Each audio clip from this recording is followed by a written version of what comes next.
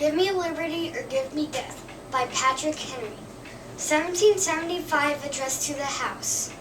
Mr. President, no man thinks more highly than I do of the patriotism, as well as the abilities of the very worthy gentlemen who have just addressed the House.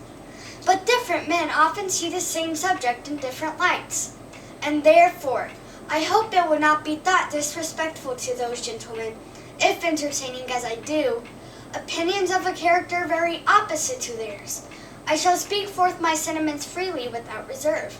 This is no time for ceremony. The question before the House is one of awful moment to this country. For my own part, I consider it as nothing less than a question of freedom or slavery. Should I keep back my opinions at such a time through fear of giving offense? I shall consider myself as guilty of treason toward my country, and of an act of disloyalty towards the majesty of heaven, which I revere above all earthly kings. Mr. President, it is natural to man to indulge in the illusions of hope.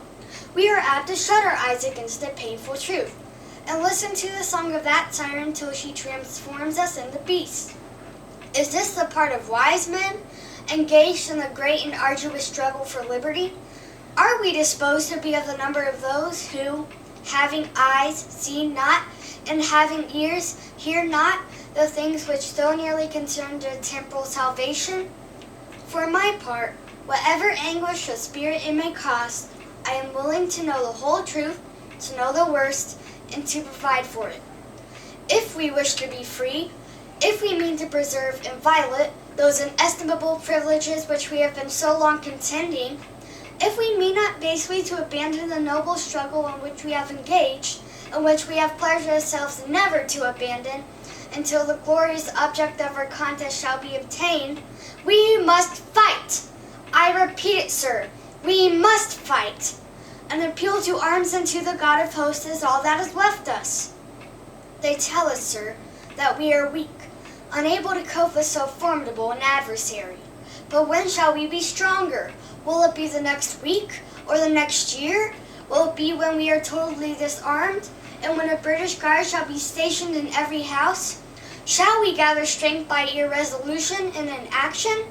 Shall we acquire the means of effectual resistance by lying supinely on our backs and hugging the delusive phantom of hope until our enemy shall have us bound hand and foot? Sir, we are not weak, if we make proper use of the means which the God of nature hath placed in our power. The millions of people, armed in the holy cause of liberty, and in such a country as that which we possess, are invincible by any force which our enemy can send against us. Besides, sir, we shall not fight our battles alone. There is a just God who presides over the destinies of nations. It is to the vigilant, the active, the brave.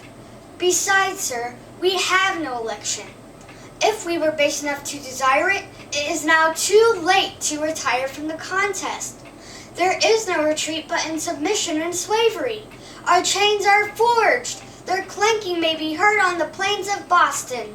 The war is inevitable, and let it come. I repeat it, sir, let it come. It is in vain, sir, to extenuate the matter. Gentlemen may cry, peace, but there is no peace. The war is actually begun. The next gale that sweeps from the north will bring to our ears the clash of resounding arms. Our brethren are already in the field.